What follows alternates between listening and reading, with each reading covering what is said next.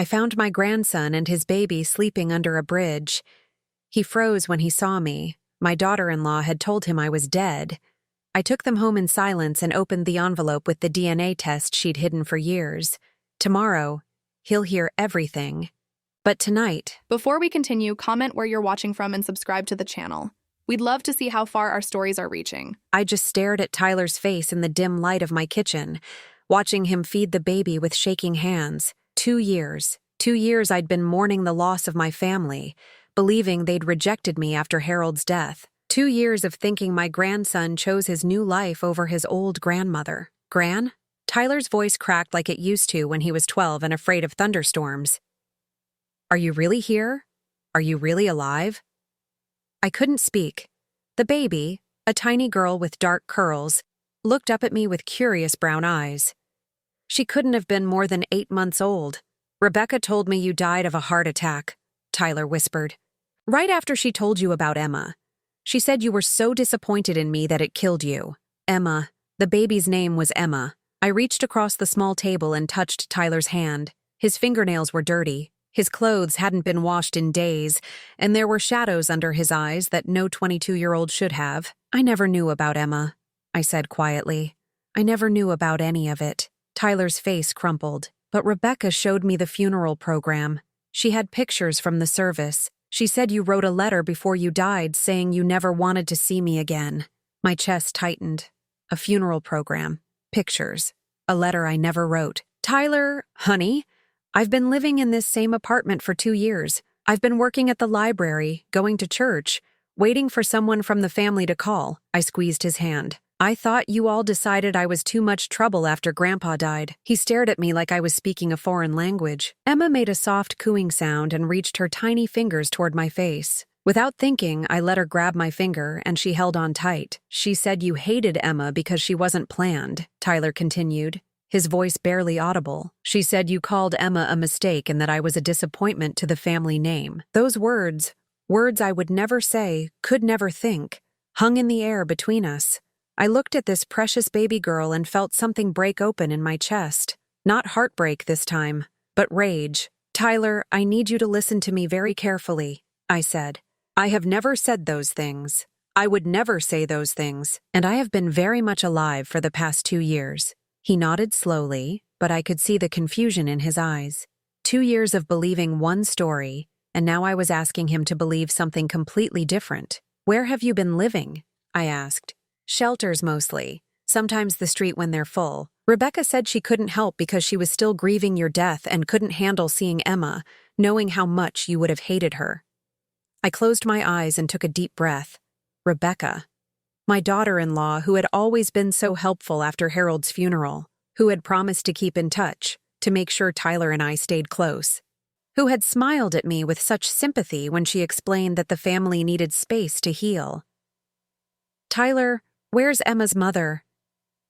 Sarah left when Emma was 3 months old. She said she wasn't ready to be a mom. Rebecca said that proved I was just like my father, choosing women who abandon their responsibilities. Another lie. Tyler's father, my son Michael, had been devoted to Rebecca until the day he died in that car accident 5 years ago. He never abandoned anything. I looked down at Emma, who had fallen asleep in Tyler's arms, still holding my finger. This beautiful baby who I was supposedly too prejudiced to love. This granddaughter I'd never been allowed to meet. Tyler, I want you and Emma to stay here tonight. We'll figure everything else out tomorrow. I don't want to be a burden. You're not a burden. You're my family. I set up the guest room with fresh sheets while Tyler gave Emma a bath in my kitchen sink. Watching him be so gentle with her, so careful and loving, broke my heart all over again. He was a good father, despite what Rebecca had apparently told him about himself. After they were settled, I sat alone in my living room, staring at the photos I'd kept on the mantel.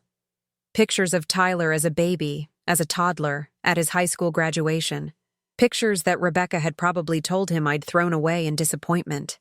I thought about the last time I'd seen her, 3 months after Harold's funeral. She'd come to my apartment with red eyes and a trembling voice, explaining that Tyler was going through a difficult time and needed space, that the family thought it would be best if I gave them room to heal for a while. I'd believed her. I'd trusted her, and she'd used that trust to erase me from my grandson's life. I walked to my bedroom and opened the drawer where I kept important papers: birth certificates, insurance documents, Harold's death certificate. And there, at the bottom, was an envelope I'd almost forgotten about. It was addressed to me in official lettering. The return address was from a medical laboratory. I'd received it about 6 months ago, but when I'd called the lab to ask about it, they'd said it was sent by mistake, that the patient had moved and left no forwarding address. I'd kept it, meaning to figure out what to do with it eventually. Now, looking at the envelope in the dim light of my bedroom, I felt a chill run down my spine. The patient name on the label was Tyler Sullivan. With trembling fingers, I opened the envelope and pulled out the contents. DNA test results, a paternity test for Emma, comparing her genetic material to Tyler's. The results were clear. Tyler was not Emma's biological father. I sank onto my bed, the papers scattered around me. Rebecca hadn't just lied about my death. She'd hidden this test. Let Tyler believe he was Emma's father. Let him struggle on the streets trying to provide for a child who wasn't even his. But why? What did Rebecca gain from keeping Tyler away from me, from letting him believe these lies? I thought about Harold's will, about the trust fund he'd set up for Tyler, money that Rebecca, as Tyler's guardian after Michael's death, would have controlled until Tyler turned 25, money that Rebecca would lose access to if Tyler reconnected with me and learned the truth about his grandfather's provisions for his future. I gathered the papers and put them back in the envelope. Tomorrow, I would have to tell Tyler everything, about the money, about the lies, about Emma's real parentage. But tonight, I just listened to the soft sounds of my family sleeping down the hall, my grandson and his baby girl, safe under my roof for the first time. Rebecca had stolen 2 years from us. She'd used my love for Tyler against both of us, turning my absence into abandonment in his mind, and his absence into rejection in mine. Tomorrow, that would end. Tomorrow, Tyler would learn that he had a grandmother who had never stopped loving him, never stopped hoping he would come home. And Rebecca would learn that some lies are too big to hide forever. I woke up at 5:30, same as always, but everything felt different. The sound of a baby crying softly down the hall filled my apartment with life it hadn't known in 2 years. I made coffee and sat at my kitchen table. The DNA test results spread in front of me like evidence of a crime. Tyler appeared in the doorway 20 minutes later, Emma balanced on his hip. He looked better after a night's sleep, but still cautious, like he expected me to disappear if he blinked too hard. "I didn't know if you liked babies crying in the morning," he said quietly. "I like babies existing in the morning," I replied. "Sit down. I'll make breakfast." I scrambled eggs and made toast while Tyler sat at my small table, bouncing Emma gently. She babbled and reached for everything within her grasp, completely unaware that her world was about to change. "Tyler," I said, setting plates in front of us, "I need to show you something." I placed the envelope between us. Tyler's face went pale when he saw his name on the laboratory label. "What is that?" "DNA test results. For Emma's paternity. It was mailed to me 6 months ago." His hands stopped moving. Emma gurgled and grabbed at his shirt, but Tyler was frozen, staring at the envelope like it might explode. "I don't understand. Why would it be sent to you?" "Because someone wanted me to see it. Someone who knew Rebecca was lying to both of us." Tyler's voice was barely a whisper. "What does it say?" I pulled out the papers and placed them in front of him. "Emma isn't your biological daughter." The silence that followed was deafening. Tyler read the results 3 times, his lips moving soundlessly. Emma continued babbling, oblivious to the fact that her entire identity had just shifted.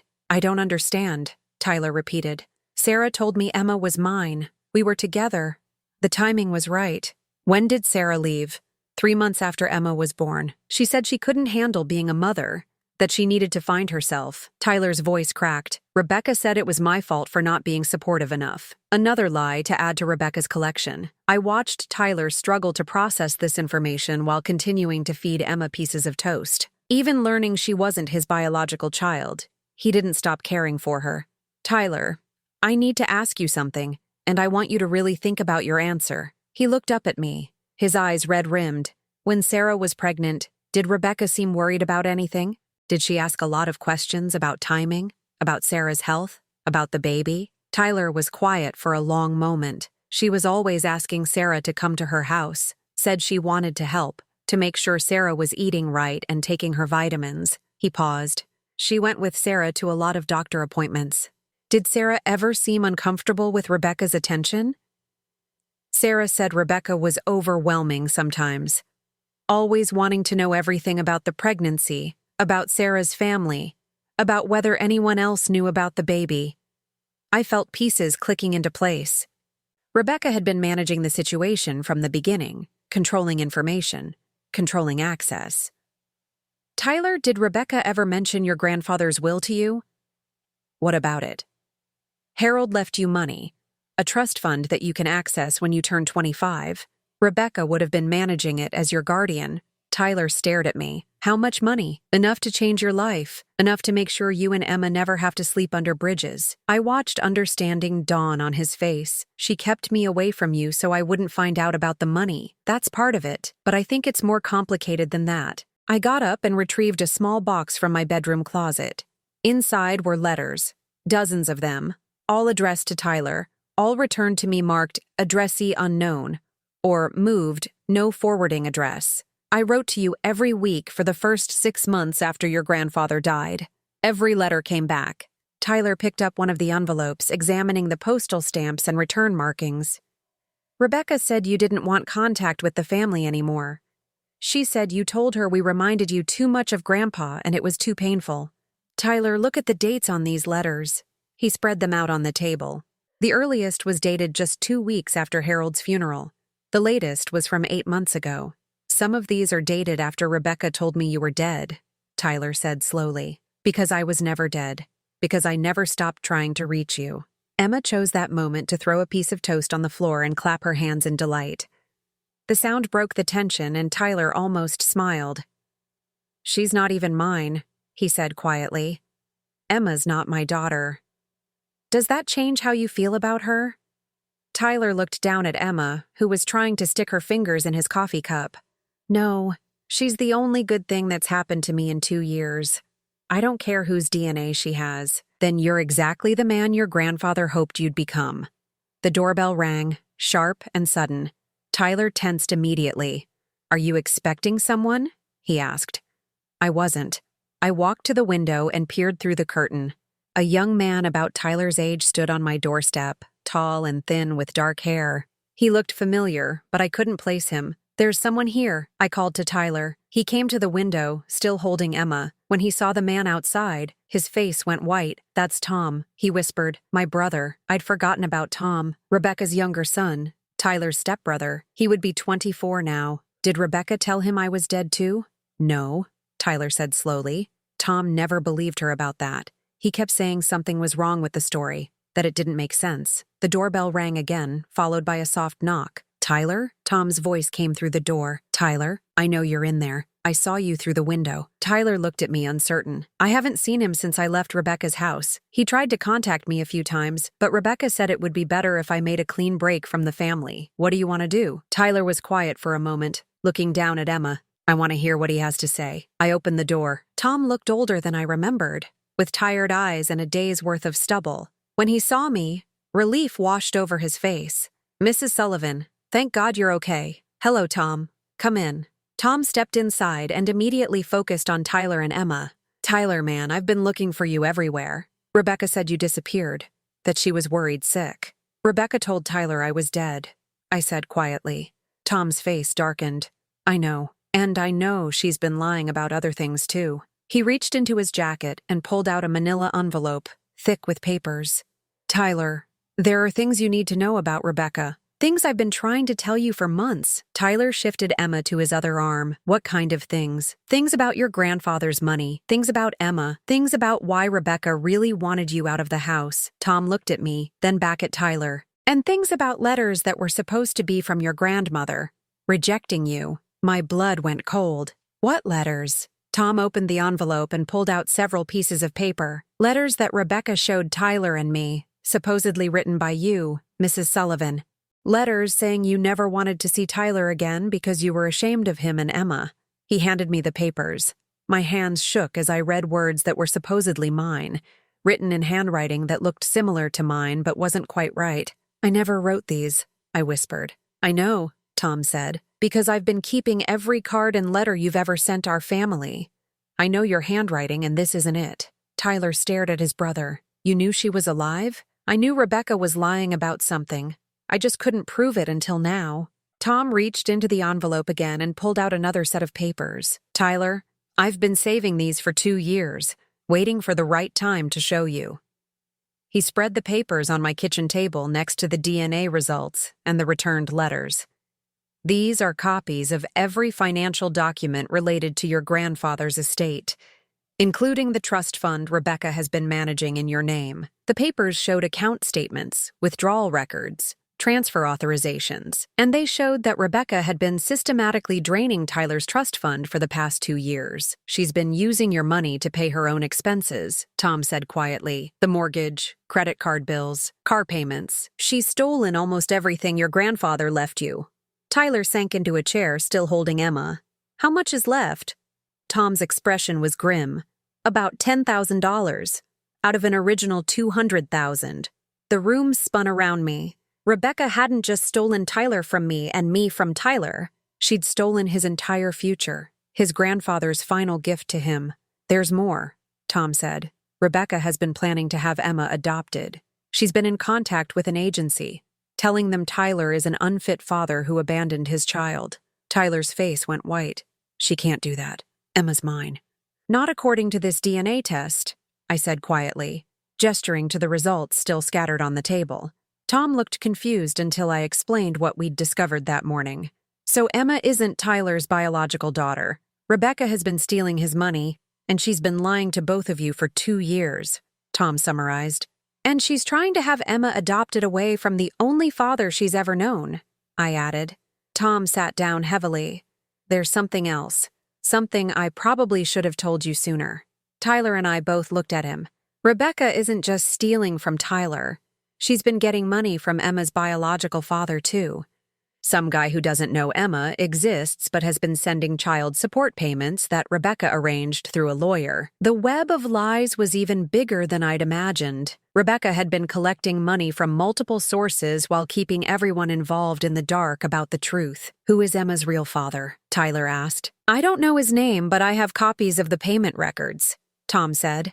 "Rebecca's been getting $500 a month from him for the past 8 months. Tyler looked down at Emma, who had fallen asleep in his arms. "She's been using Emma as a paycheck. Multiple paychecks," I corrected. "Tyler's trust fund, child support from the biological father, and probably benefits she's claimed as a single mother caring for a grandchild." The 3 of us sat in silence, processing the enormity of Rebecca's deception. Finally, Tyler spoke. "What do we do now?" Tom and I exchanged glances. We had evidence of financial fraud, forged documents, and child abandonment. We had proof that Rebecca had been lying to everyone involved. But we also had a sleeping baby who needed protection, and a young man who had been betrayed by someone he trusted. "Now," I said quietly, "we decide how to make this right." And I already knew that Rebecca's days of controlling our family were numbered. We spent the next hour organizing documents on my kitchen table like detectives building a case. Tom had been thorough. Bank statements, forged letters, adoption paperwork, child support records. The evidence painted a picture of systematic deception that made my stomach turn. "She's been planning this for months," Tom said, pointing to adoption agency correspondence dated 6 weeks earlier. "Look at what she told them about Tyler." I read over his shoulder.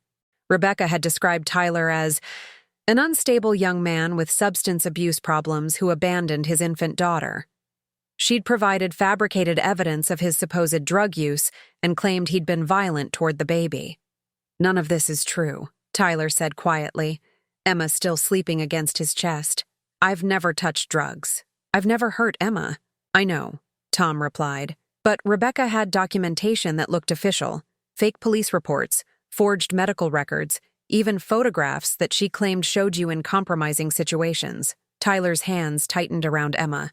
"What photographs?" Tom pulled out a manila folder I hadn't noticed before. Inside were pictures of Tyler, sleeping in doorways, digging through garbage cans, looking disheveled and desperate.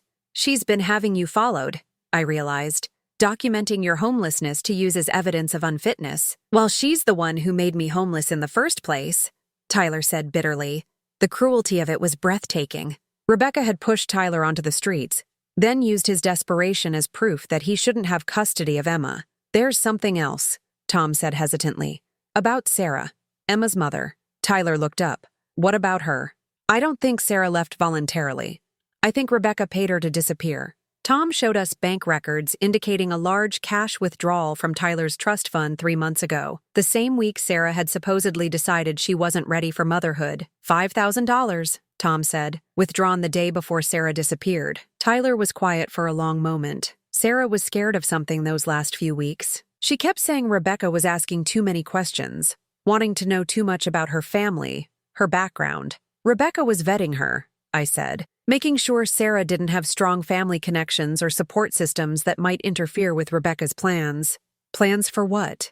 I looked at all the evidence spread across my table. To disappear you, control Emma, and keep the money flowing from every possible source. Tom nodded grimly. She found the perfect situation. A young mother with no family support, a father who had money but no legal knowledge, and a grandmother she could erase from the picture entirely. My phone rang, startling all of us. The caller ID showed an unknown number. "Hello, Mrs. Sullivan?" The voice was female, young, uncertain. "This is Sarah Martinez. I'm Emma's mother." I looked at Tyler, whose face had gone pale. I put the phone on speaker. "Hello, Sarah. I'm with Tyler and Emma right now." "Oh God, is that really Tyler? Tyler, are you there?" Tyler cleared his throat. "I'm here, Sarah. Where are you?" "I'm in Phoenix.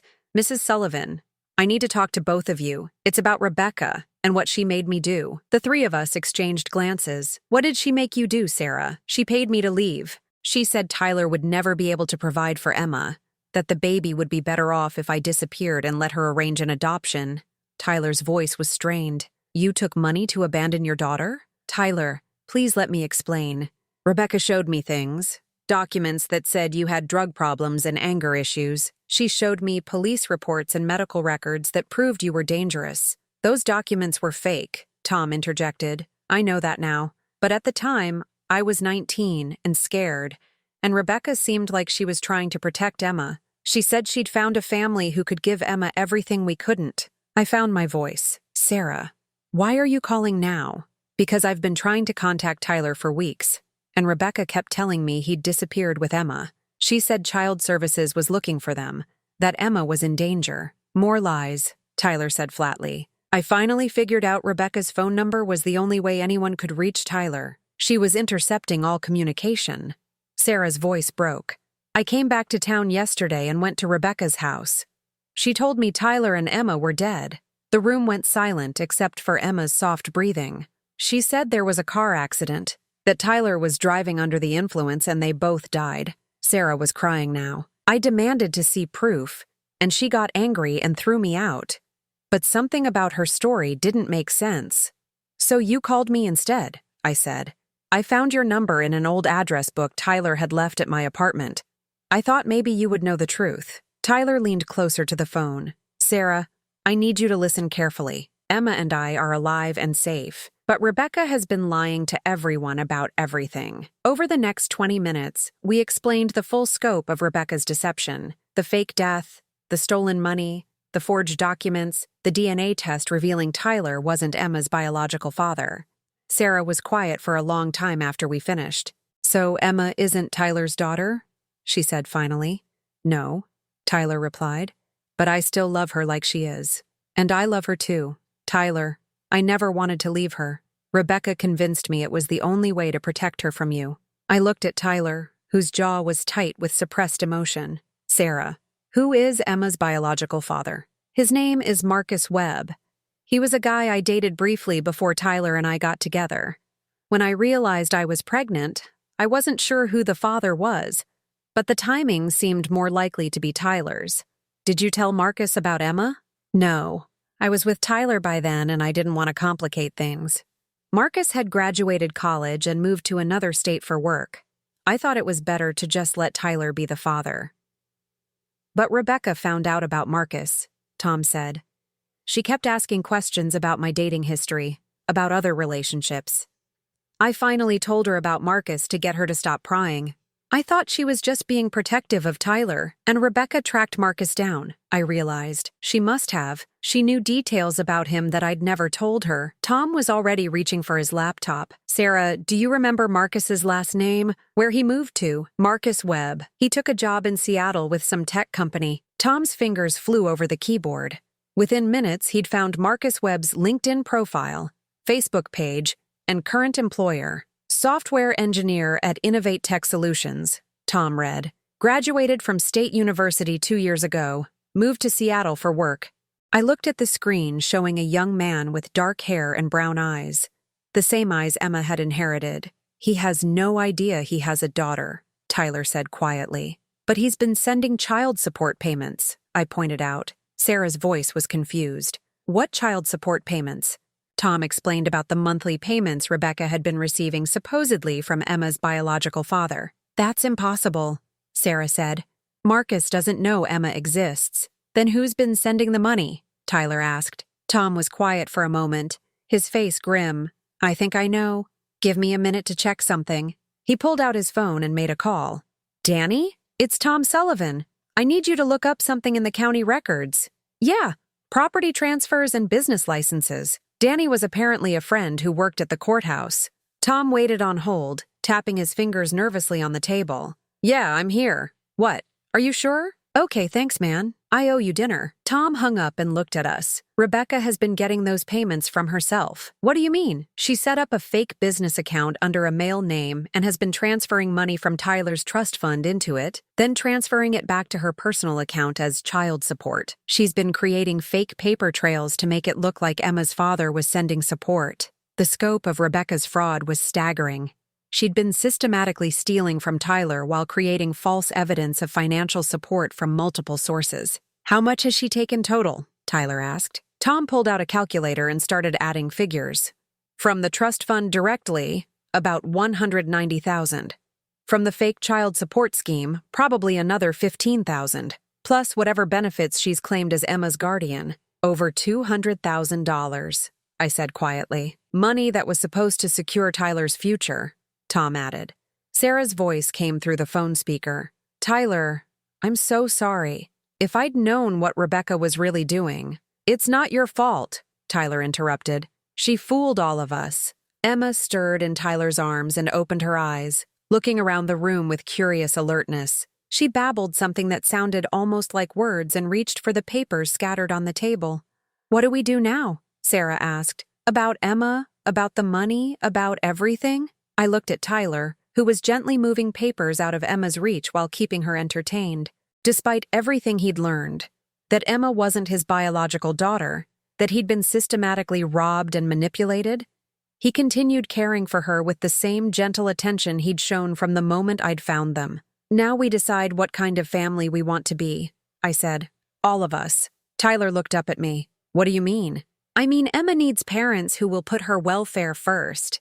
You and Sarah need to decide if you can work together to give her that. And Marcus needs to know he has a daughter. And Rebecca? Tom asked. I looked at all the evidence of her crimes spread across my kitchen table. Rebecca will face the consequences of what she's done. The phone was quiet except for Sarah's soft breathing. Mrs. Sullivan, she said finally, would it be okay if I came back? Not to take Emma away from Tyler, but to be part of figuring this out? Tyler spoke before I could answer. I want you to come back, Sarah. Emma needs her mother. And I want to meet Marcus, Sarah continued. He has a right to know about Emma, even if we decide Tyler should continue being her father. Are you sure about that? I asked Tyler. If Marcus wants to be involved, your role might change. Tyler looked down at Emma, who was trying to grab his nose. She deserves to know her biological father. And she deserves to have as many people love her as possible. That was the moment I knew Harold would have been proud of the man Tyler had become. Sarah, how soon can you get back here? I asked. I can be there tomorrow evening. Good. We have a lot to discuss, and Rebecca doesn't know we've connected yet. That gives us time to plan. After we ended the call with Sarah, the three of us sat in my kitchen looking at the evidence of Rebecca's systematic betrayal.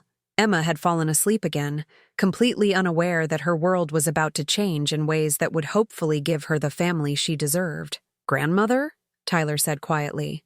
Yes, thank you for not giving up on me. I reached across the table and touched his hand. Family doesn't give up on family, and we're going to make sure Rebecca learns that. But first, we had to decide exactly how to make her face what she'd done without destroying Emma's chances for a stable future. The evidence was overwhelming, but the path forward was still unclear. What I did know was that Rebecca's time of controlling our family was over. Tomorrow, when Sarah arrived, we'd begin building something honest in place of all the lies. And soon, Rebecca would learn that the family she'd tried to tear apart was stronger than she'd ever imagined.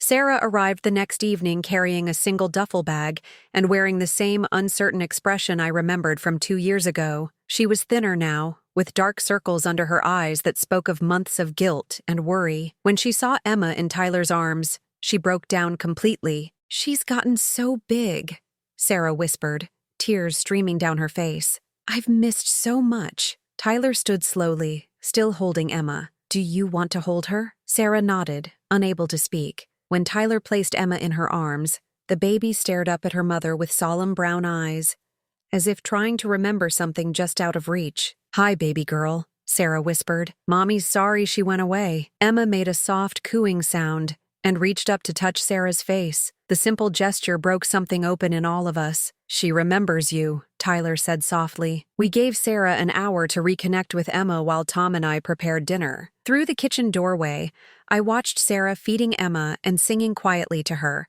the same lullaby I used to sing to Tyler when he was small. "This is going to work out," Tom said, following my gaze. "Emma's lucky to have all of you fighting for her." I hoped he was right.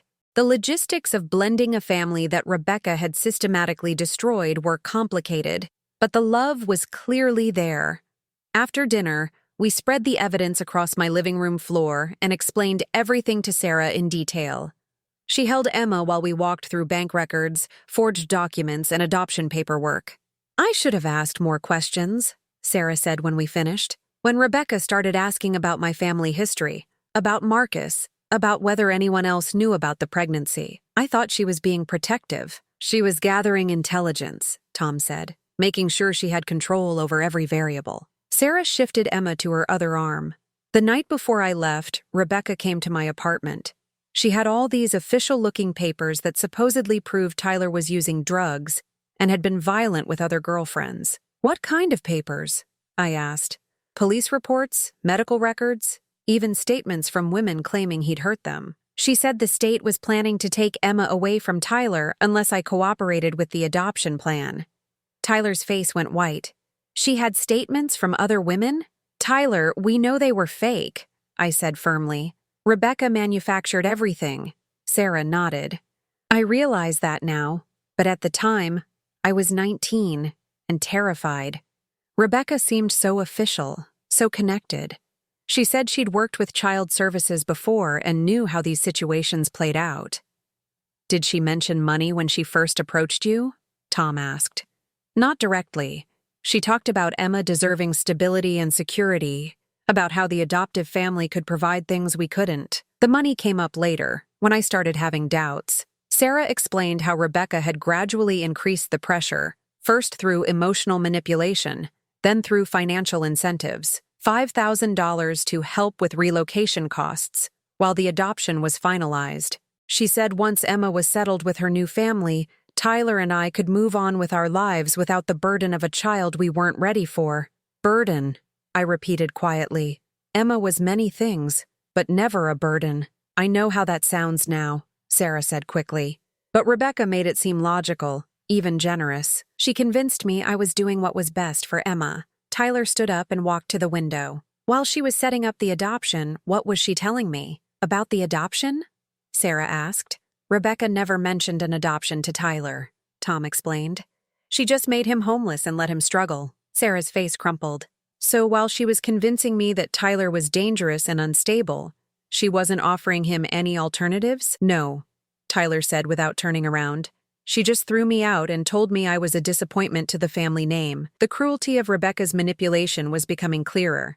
She'd told Sarah that Tyler was unfit, while telling Tyler nothing about the adoption plan. She'd isolated them from each other and from any support systems that might have questioned her version of events. "There's something else," Sarah said hesitantly, About Marcus. We all looked at her. I did some research after we talked yesterday. Marcus Webb isn't just working in Seattle. He's engaged to be married next month. Tyler turned from the window. So he's moved on with his life. That doesn't change the fact that Emma is his daughter, I said gently. He has a right to know. And what if he wants custody? Tyler asked. What if he decides Emma belongs with him and his fiancée? It was a valid concern.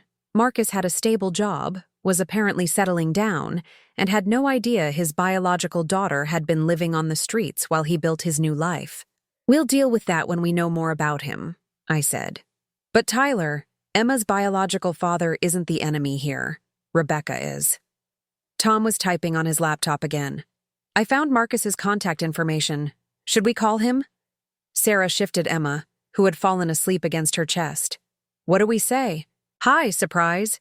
You have an 8-month-old daughter and her guardian has been committing fraud in your name? We start with the truth, I said. Everything else follows from there. Tom dialed the number before any of us could change our minds. After 3 rings, a male voice answered. Hello? Is this Marcus Webb? Yes, who's calling?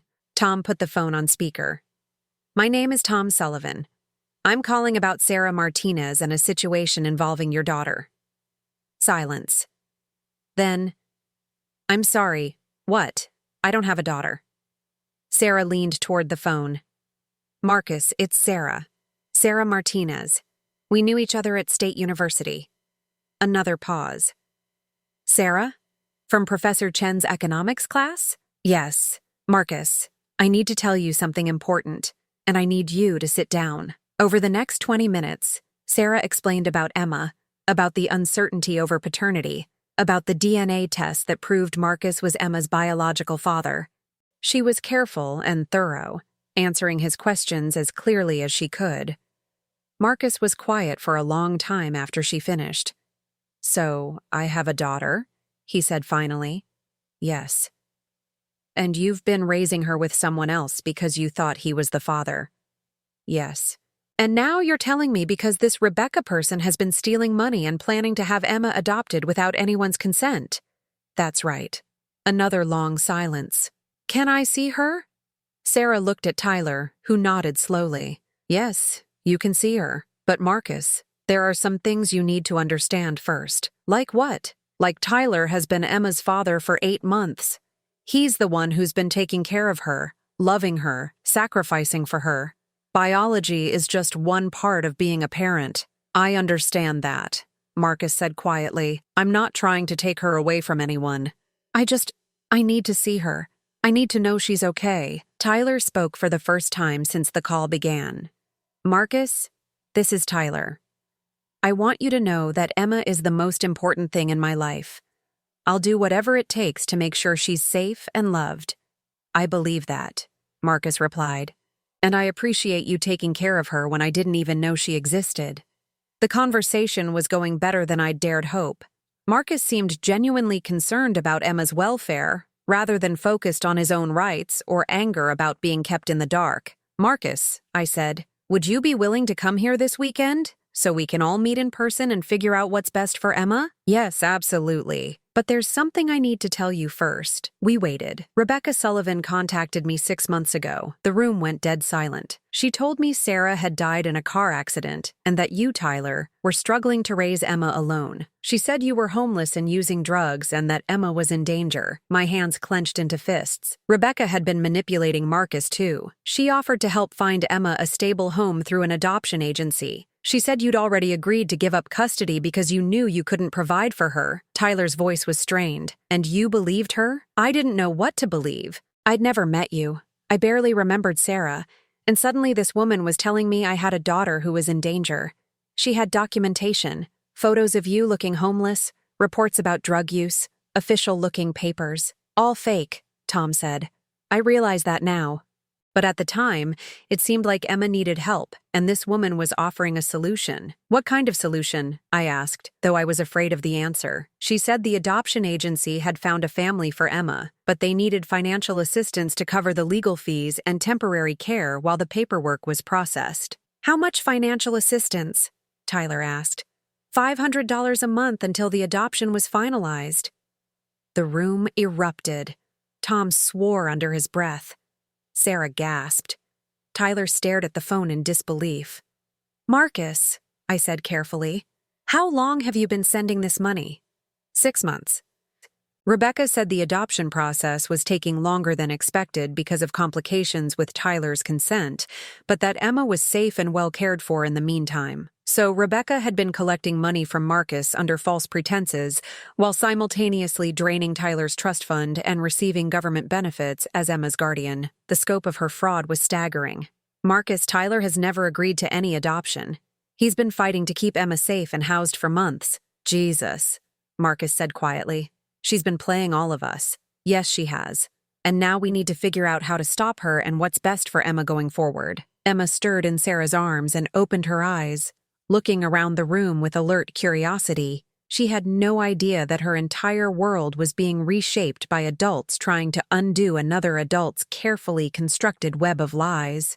Marcus, Tyler said, I want you to know that I don't blame you for any of this. Rebecca fooled everyone. Thank you. And Tyler, I want you to know that I'm not trying to disrupt Emma's life. If you and Sarah are committed to raising her together, I can be involved as much or as little as everyone thinks is best. It was more generosity than we had any right to expect from someone who'd just learned he'd been defrauded while his daughter lived on the streets. Can you be here Saturday? Sarah asked. I'll catch the first flight out Friday evening. Sarah, can I ask you something? Of course. How is she? Emma, is she healthy? Happy? Sarah looked down at Emma, who was trying to grab her necklace. She's perfect, Marcus. She's smart and curious and sweet, and Tyler has been an amazing father to her. Good, Marcus said, and I could hear the relief in his voice. That's all I needed to know. After we ended the call, the 4 of us sat in my living room looking at each other. Emma babbled contentedly in Sarah's arms, unaware that she now had 3 adults committed to her welfare instead of being secretly sold to strangers. So now what? Tom asked.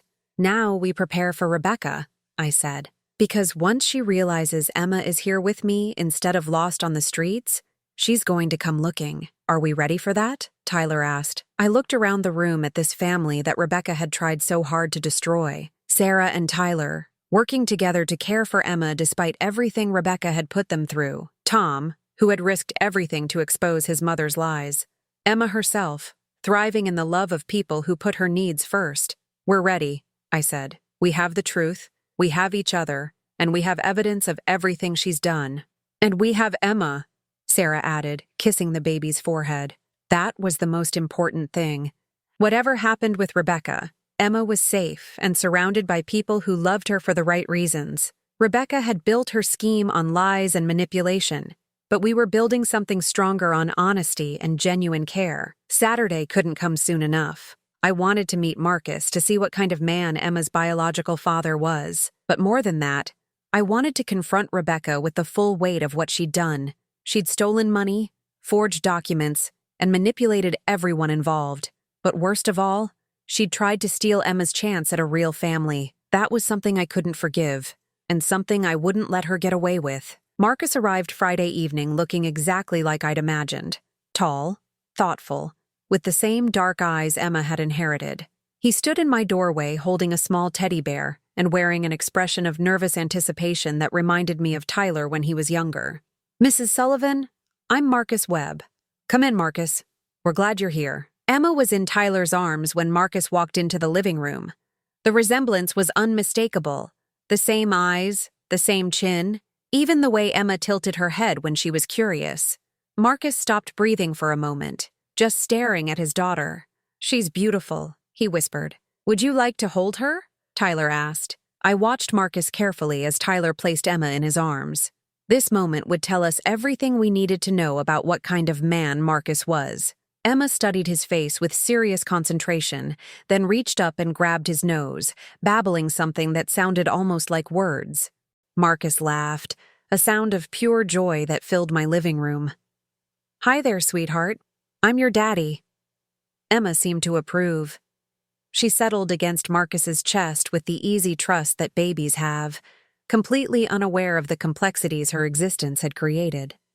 She likes you, Sarah said softly. I hope so.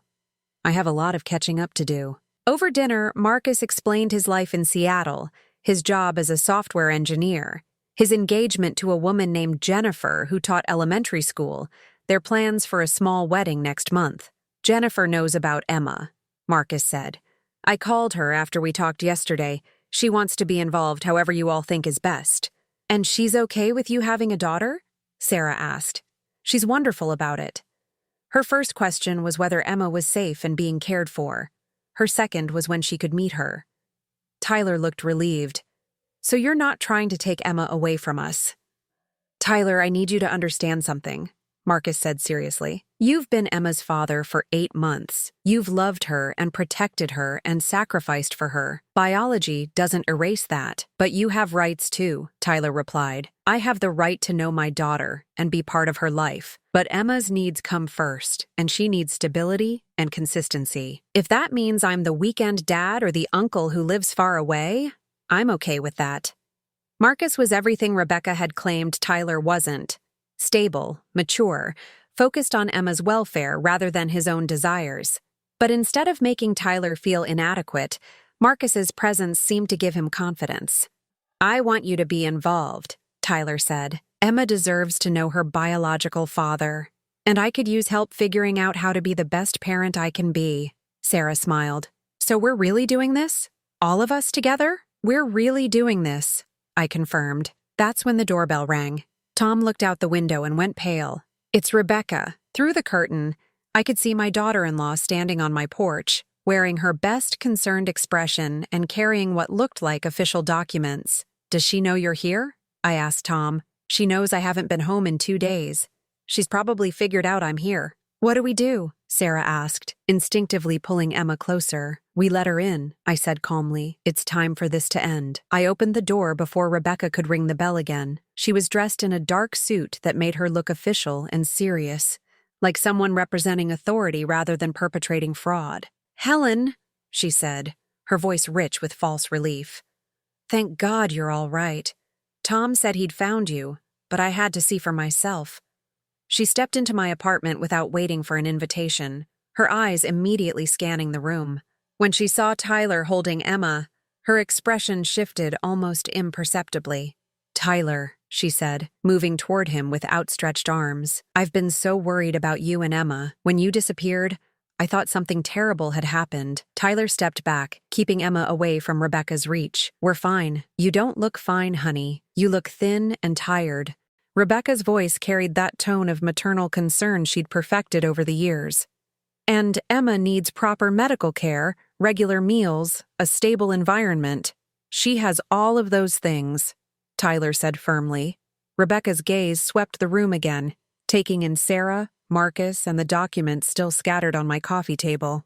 Her expression remained composed, but I caught a flicker of calculation in her eyes. Sarah, she said with apparent surprise, I thought you were in Phoenix. I came back, Sarah replied simply. And you must be Marcus, Rebecca continued, extending her hand. Tyler, you didn't tell me you were bringing friends into this situation. Marcus didn't take her hand. Rebecca, we need to talk. Of course. I'm always happy to discuss what's best for Emma. Rebecca settled into my armchair as if she belonged there. In fact, I have some papers with me that might help resolve the situation. She opened the folder she'd brought and pulled out an official-looking document. This is a temporary custody order granted due to concerns about Emma's welfare while Tyler was missing. My blood went cold. What kind of custody order? Emergency placement with me as Emma's legal guardian while we determine the best permanent solution for her care. Rebecca's voice was smooth, professional. Tyler, honey, I know you love Emma, but you have to be realistic about what you can provide for her. I can provide everything she needs, Tyler said, his voice steady despite the anger I could see building in his shoulders. Can you? You've been homeless for months. You have no income, no permanent address, no support system. Rebecca gestured around my small apartment. This isn't a suitable environment for raising a child. This is my home, I said quietly. Tyler and Emma are welcome here for as long as they need. Rebecca turned to me with that practiced smile. Helen, I know you mean well, but you're not getting any younger. Caring for a baby and a troubled young man might be more than you can handle. The dismissal in her voice, treating me like a doddering old woman who couldn't manage her own life, sparked something fierce in my chest. Rebecca, I said, my voice carefully controlled. I think there are some things you need to know. I picked up the DNA test results from the coffee table and handed them to her. Tyler isn't Emma's biological father. Rebecca glanced at the papers, and for just a moment, her composure slipped. I don't understand. Tyler is Emma's father. Sarah was only with him during the conception period. Sarah was with Marcus too, Tyler said. And the DNA test proves Emma is Marcus's daughter. Rebecca looked at Marcus with new attention. You're Marcus Webb? Yes. And you've been collecting money from me under false pretenses for 6 months. I don't know what you mean. Marcus pulled out his bank statements. $500 a month for Emma's care while her drug-addicted father went through the adoption process. Except Tyler never agreed to any adoption. And he's never used drugs. Rebecca's mask was starting to crack. I was trying to help Emma find a stable home. By lying to everyone involved? Sarah stood up, her voice stronger than I'd heard it since she'd returned. You told me Tyler was dangerous. You told Tyler I abandoned Emma. You told Marcus I was dead and Tyler was unfit. And you told me Tyler was dead, I added quietly. Rebecca looked around the room at the 5 adults who were no longer buying her manipulations. Emma babbled from Tyler's arms, the only one present who didn't understand the gravity of the moment. I can explain everything, Rebecca said, but her voice had lost its authority. Please do, Tom said, speaking for the first time since his mother had arrived. Explain how you stole almost $200,000 from Tyler's trust fund. I was managing his finances responsibly. You were paying your own bills with his money, Tom interrupted. I have copies of everything, Mom. Every withdrawal, every transfer, every fake child support payment you made to yourself. Rebecca turned to stare at her son. You're the one who sent them that DNA test. Yes. Because Tyler deserved to know the truth about Emma, and he deserved to know you were stealing his inheritance. I was protecting this family. You were destroying this family, I said firmly. You convinced Tyler I was dead so he wouldn't learn about his grandfather's money. You convinced me Tyler had rejected me so I wouldn't interfere with your control. You manipulated Sarah into abandoning her daughter and Marcus into paying for a fake adoption. Rebecca stood up abruptly. You don't understand the pressures I've been under since Michael died. Raising 2 boys alone, managing finances, trying to hold everything together, by stealing and lying, by doing whatever it took to survive. Rebecca's voice was rising now, the careful composure finally breaking. You have no idea what it's like to be responsible for everything while everyone else gets to be the fun grandparent or the irresponsible teenager. So you decided Tyler didn't deserve his inheritance, Tyler said, and Emma didn't deserve to know her real family. I decided Emma deserved a stable home with parents who could provide for her properly, Rebecca snapped. Not a homeless teenager and a dead girlfriend. Sarah isn't dead, Marcus pointed out. She might as well have been. She took money to abandon her daughter. Money you offered her, Sarah said. After you convinced her Tyler was dangerous. Rebecca looked around the room again, clearly realizing she was cornered. Fine. Yes, I made some difficult decisions, but everything I did was for Emma's benefit, including the emergency custody order, I asked, gesturing to the papers she'd brought. Rebecca's hand moved protectively over the folder. Emma needs legal protection. Tom reached over and pulled the papers from the folder before Rebecca could stop him.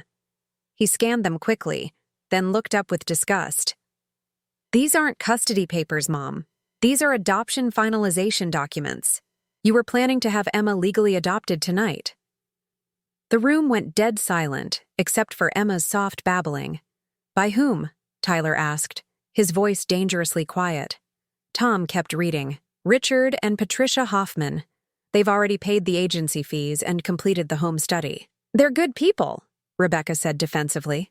Financially stable, married for 10 years, unable to have children of their own. They're strangers, Tyler cut her off. And Emma isn't yours to give away. Emma needs parents who can actually parent her, Rebecca said. Not a child playing house with his dead girlfriend's baby. The cruelty in her voice was finally fully exposed. This wasn't about Emma's welfare.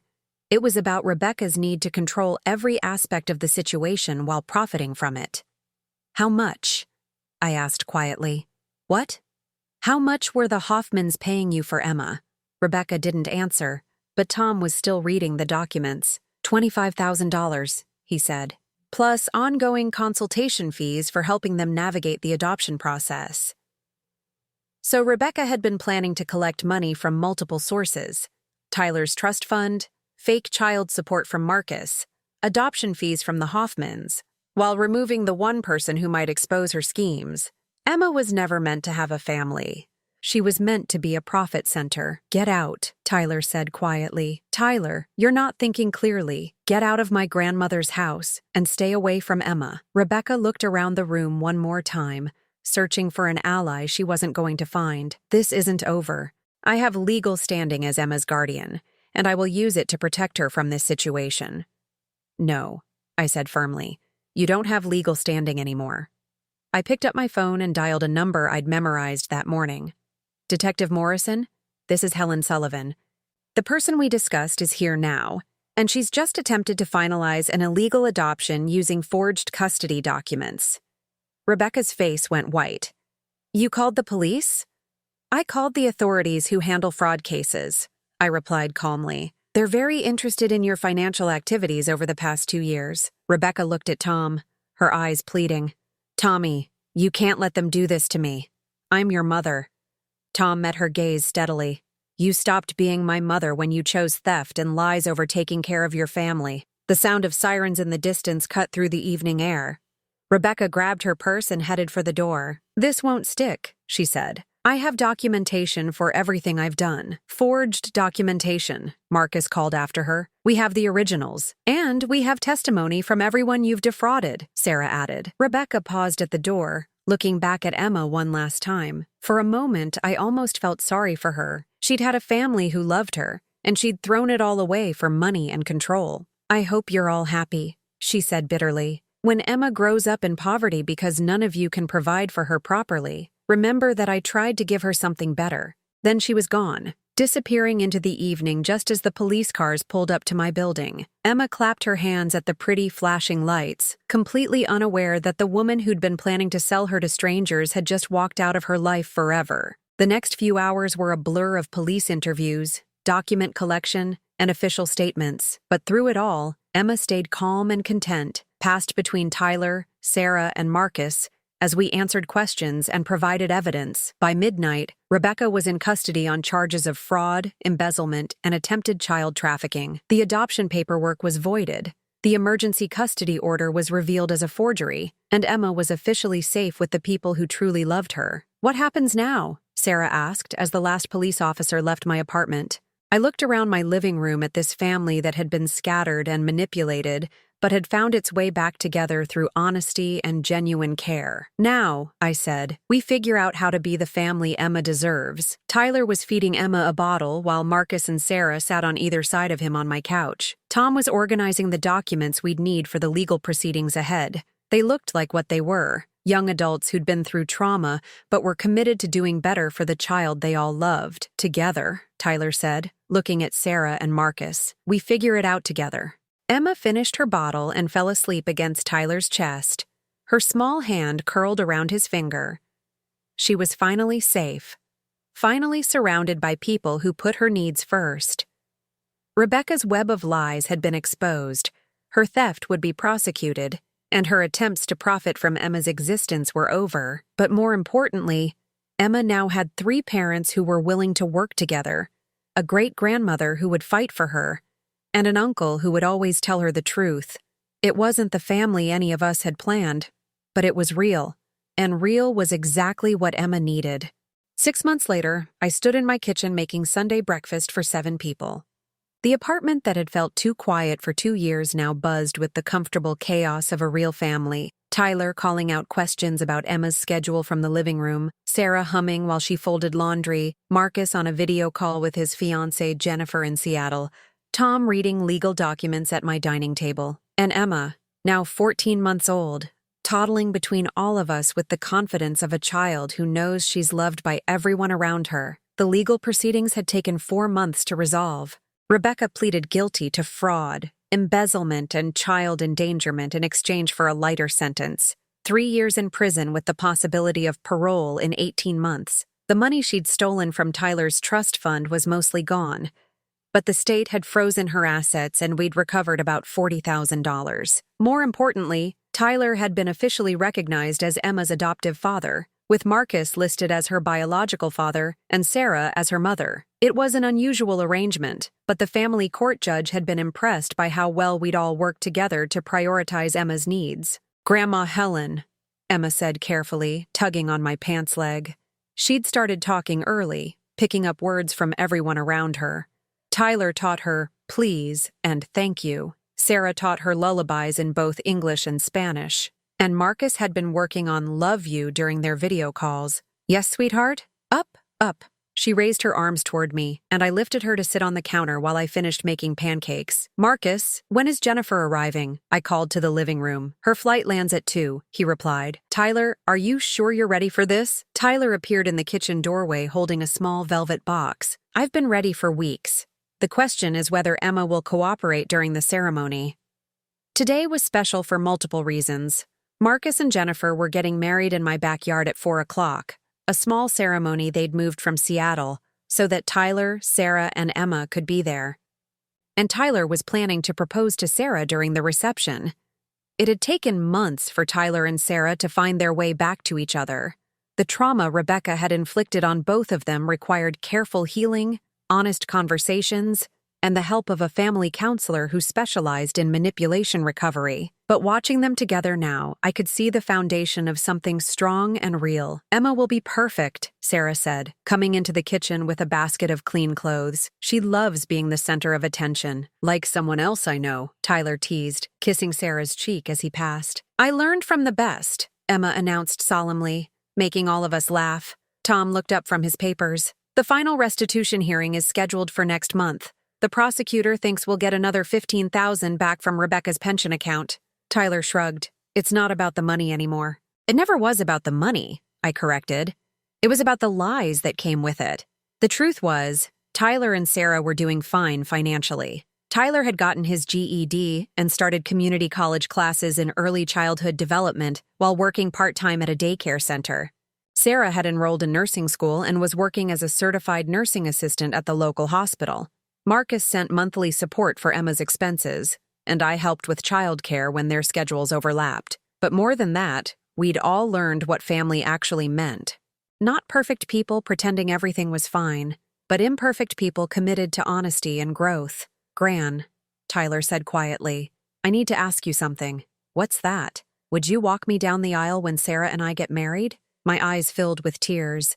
"It would be my honor." "And Emma can be the flower girl," Sarah added, "though she'll probably eat the petals instead of throwing them." "Flowers taste good," Emma announced seriously, making everyone laugh again. The morning flew by in a whirlwind of preparation. Tom and Tyler moved furniture to create space for the ceremony, while Sarah and I decorated the backyard with simple white flowers and string lights. Marcus picked up Jennifer from the airport and brought her straight to my apartment, where she immediately fit into our chaos like she'd been part of the family for years. Jennifer was everything Marcus had described: warm, funny, completely smitten with Emma, and utterly unfazed by our unconventional family structure. "So you're the grandmother who solved the mystery?" she said, hugging me tightly when Marcus introduced us. "I'm the grandmother who got her family back," I replied. "Same thing," Jennifer smiled. At 4 o'clock, we gathered in my small backyard under an arch of white roses that Tom had built.